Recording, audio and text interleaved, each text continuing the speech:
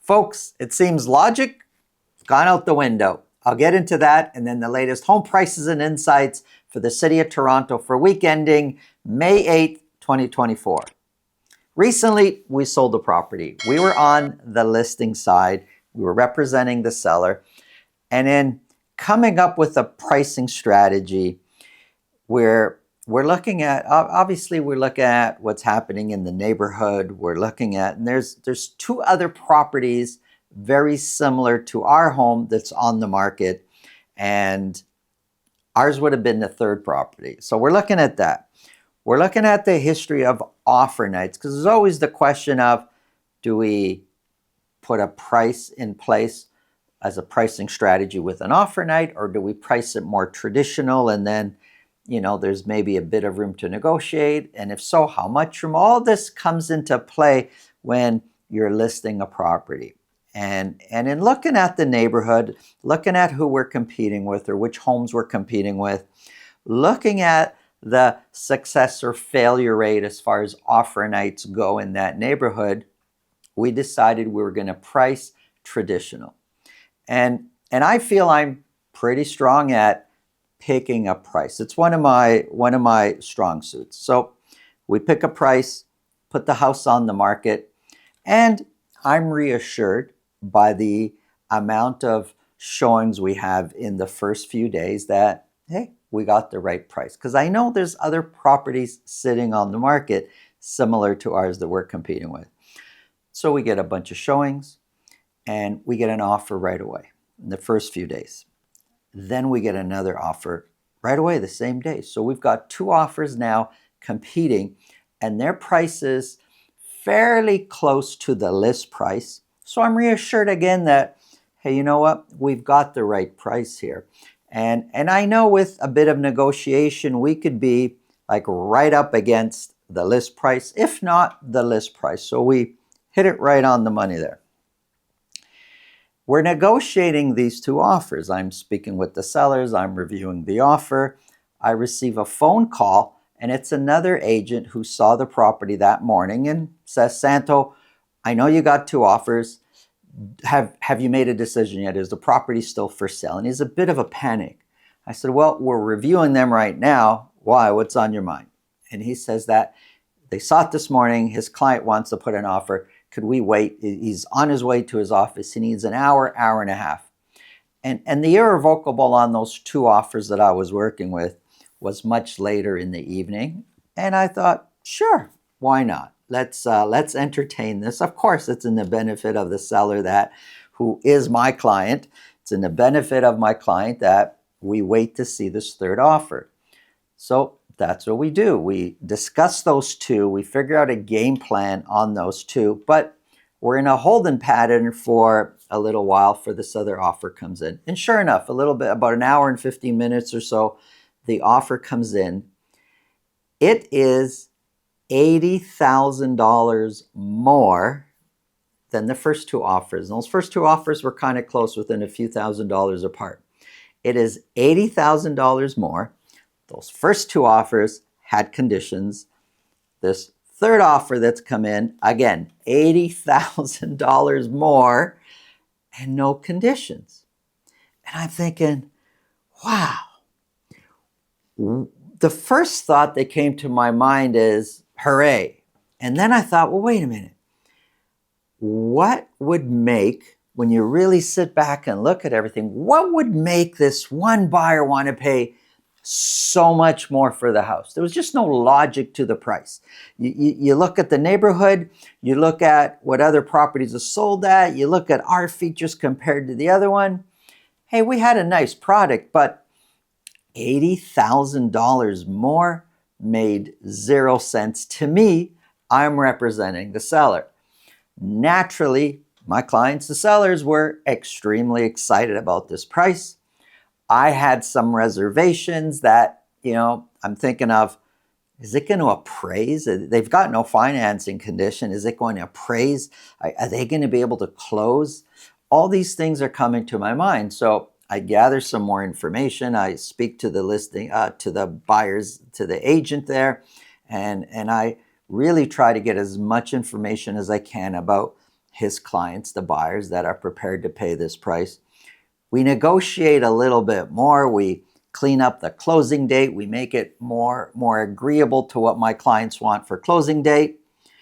And he assures me that, through one conversation or another, assures me that his people have no issues with closing. We increase the deposit just to protect my clients a little bit more, make it harder for a bad situation on closing to happen. And obviously, that's the offer we went with. It was a little bit more in the end, but $80,000 more than the first few offers. So, I'm telling you all this because you got to wonder, like the other two offers, they had it right.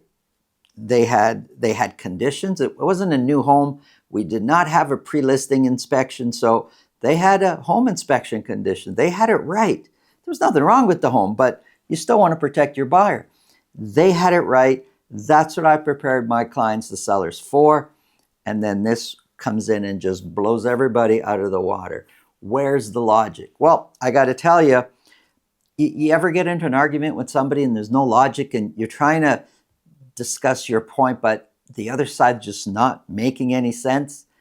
You just got to stop arguing with this person because there's no point. Well, those people that put in the offer, that's like, they can't compete with that. It makes zero sense. You can't compete with illogical decisions like that. So obviously they're out of the picture. Why would a buyer do that? Well, are they getting bad information? Is their realtor just leading them down the wrong path when it comes to pricing and strategy, and this is what we should do with the offer? And is the agent just following them blindly? Are they not looking at comparables in the area? Or does the buyer, are they the ones calling the shots? Is their attitude that I don't care, I'm going to get this house no matter what? Is that what's happening behind the scenes? I can tell you from personal experience, when we're on the selling side, the listing side, the buyer, many times that ends up paying more than everybody else, I find out has also had situations recently where they've tried to buy and they've lost to multiple offers. And by the time they get to our property, they're like red, like all guns are blazing. They got to get this house and they're just not going to stop until they get it. But there's no logic. There's no logic to the price. You really got to be careful. Every property has its own unique set of circumstances. Every listing, every price, every neighborhood, it's all different. And if you look and think, okay, I've lost out on 3 multiple offer situations, and more than half the properties in the city of Toronto sell at list price or more. So if you're in the buying process, there's a good chance you're going to be paying list price or more. There's a better than a 50% chance you're going to be paying list price or more, and you're going to be competing. So you got to be prepared for that. But if you look around and your personal experiences, man, every property we've lost out on was selling for 80 to 100,000 more. That does not mean the next house is going to be the same thing, because we see properties on offer night selling for list price or 10, 15,000 more or 10, 15,000 less. We see it. So you got to look at every property. How is it priced? What makes sense for that neighborhood, for that house, for those set of features that house possesses, and what does it mean to you? It's not an exact science. There's not a specific dollar, but there's a buffer, and you got to really stay within that buffer. It's not, I got to beat everybody at all costs, because you will if that's what you really want to do, but it may not make sense, and you end up paying way more than you should. And sometimes it's just better to walk away. So where you're getting your information, how you're looking at it, be careful about your past experience, your past failures of losing out on offer night affecting your next decision. Every home has its own unique set of circumstances. If you feel this video can help somebody you know, pass it along. If you get value from what we're talking about, subscribe. And if you want to speak with me about your real estate situation, really simple. Up here, there's a link. Below this description, there's a link to my calendar. Click on that. Book a time that's convenient for you, and we'll talk about whatever's on your mind. Now, let's get into the numbers.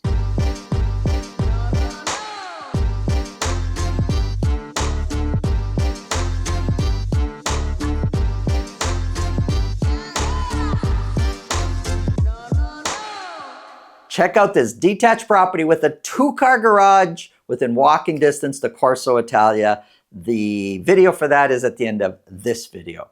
Okay, so here we go. Quick summary.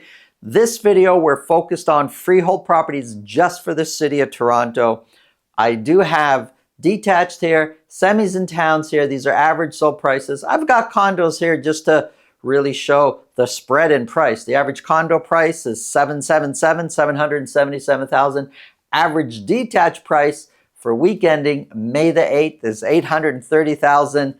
That's a $1,053,000 difference in average sold price. Big difference between low to high. We're going to start off with detached properties. This is for week ending May the 8th. I have a whole year here broken down by week. As you know, average price $1,830,000. It's pretty clear since the beginning of the year, average price for detached properties has been trending up. Now, if we go back toward, last year, a good part of the year, we were talking about average price coming down. It's trending down. Prices are getting lower and lower and lower. We've not been playing that song for a while. Average prices this year for almost the whole year so far, you got pockets in between here of a few weeks where it's come down a little. But overall, it's pretty clear. Average prices for detached properties has been trending up. For week ending May the 8th, it's $1,830,000.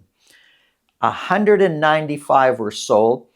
Sales seem to have been trending down, but this one week they jumped up quite a bit. So 195 were sold. 61 of those sold at $2 million or more. And as far as just a 1 week basis goes, 61 is the most this year. And if we go back, we got to go back to around the same time, May last year, to hit 61 or more selling at $2 million. So overall, it's the best week we've had as far as sales and volume go so far this year. Compared to last year, 1,830, 3% lower than where the average price was a year ago. The median price is also 3% lower. Median price is 1,475. The dotted line, that's a 4-week moving average. Both median and average price, median, trending up. Sales, we are selling fewer detached properties this year than what we sold last year. The blue, those are the sales a year ago. 59% of the 195 sold at list price or more. So the market is somewhat competitive out there. 59%, if you really look at it, we can go back to the end of February, we're at 61%. It's been, the percentage has been hovering between the low here, 53 to 68. So 59 has been kind of normal for the last few months now. Listings are way up. We're listing more properties than what we listed this time a year ago. So sales are fewer, listings are more, active listings climbing, months of inventory slightly climbing. We're at 1.9 months of inventory now. It is down from the previous week, but I'm looking for a trend, and it looks like months of inventory is starting to increase. What's a little bit strange or not normal in this situation, as months of inventory increase, prices would normally tend to come down. That's not happening. Prices are trending upwards for a while now. Here's Toronto broken down into 9 different sections. And for all Toronto, we said months of inventory is 1.9. Well, let's look at some of the neighborhoods here. Scarborough, 49 were sold. Scarborough seems week after week after week is probably the most competitive part overall of the GTA. I'm not talking about micro neighborhoods. I mean larger neighborhoods. So Scarborough, Months of inventory is 1.5. 80% of the properties, of the detached properties sold in Scarborough, 80% sold at list price or more. Scarborough, extremely competitive. East York, Riverdale, Beaches, 83% of those properties sold at list price or more. 1.6 is the months of inventory. And then you've got other neighborhoods. You've got York Mills, Rosedale. Average price is more than 3.4 million. Months of inventory is still, it's 3 months of inventory. It's not like it's so terrible. 3 months of inventory, 41%, slightly less than half sold at list price or more. And you can go on and see how the different neighborhoods really compare to the overall City of Toronto average. So it depends on what you're after. It depends on what you're interested in. If you're only looking to buy or sell in one part of town, what difference does it make what's happening over in this corner if you live in this corner or you're buying in this corner? You want to know what's happening in your community. Even what's happening in overall Toronto doesn't concern you. What's going on in your community is the most important data for you if you're active. Semi-detached properties, 55 were sold for week ending May the 8th. 18 of those were at $1.5 million or more. Average sold price up even higher to $1,373,000. I put an exclamation mark there because that's pretty high. 1.3, you got to go way back to get a number similar to that. And that's for 2 weeks in a row now, much higher than where we were. I thought we were trending down, and now the prices jumped up a bit. Compared to last year, 1,373 is 2% lower than where we were this time a year ago. The median price is 7% higher. Look, when you look at the dotted line, kind of shows that slightly trending upwards prices, especially the median price, you could see it trending upwards. Months of inventory sitting at 1.4. Months of inventory for semi-detached properties has been trending upwards. Townhouses, these are freehold townhouses. 20 were sold. 4 of those were at $1.5 million or more. Average sold price is $1,335,000. 1,335 is 1% higher than where we were this time a year ago. The median price is 1% lower. And sales are so low with freehold townhouses. Even with the dotted line, it's the 4-week moving average. It's really tough to kind of find the trend. There's townhouses selling at $800,000 and others selling at $2 million. It's really and the sales are so few. It's really tough to see a trend there. Months of inventory sitting at 1.7 months of inventory. Here's a quick summary of months of inventory. We say that between 3 to 5 months is a balanced market. There's going to be pockets out there where you're experiencing, if you're looking at a freehold property, a detached, a semi or a town, where, probably a balanced market in the neighborhood. But overall, the majority, you're sitting in either a high seller's market leading into a balanced market, or it's quite competitive. Remember, 59% of all detached properties sold at list price or more. So it's a competitive market out there right now. Thanks for watching. Now check out the detached property. The video's coming up.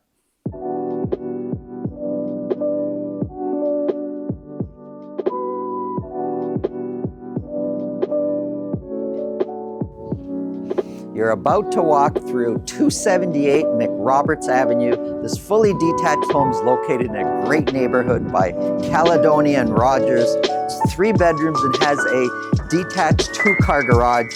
Have a look.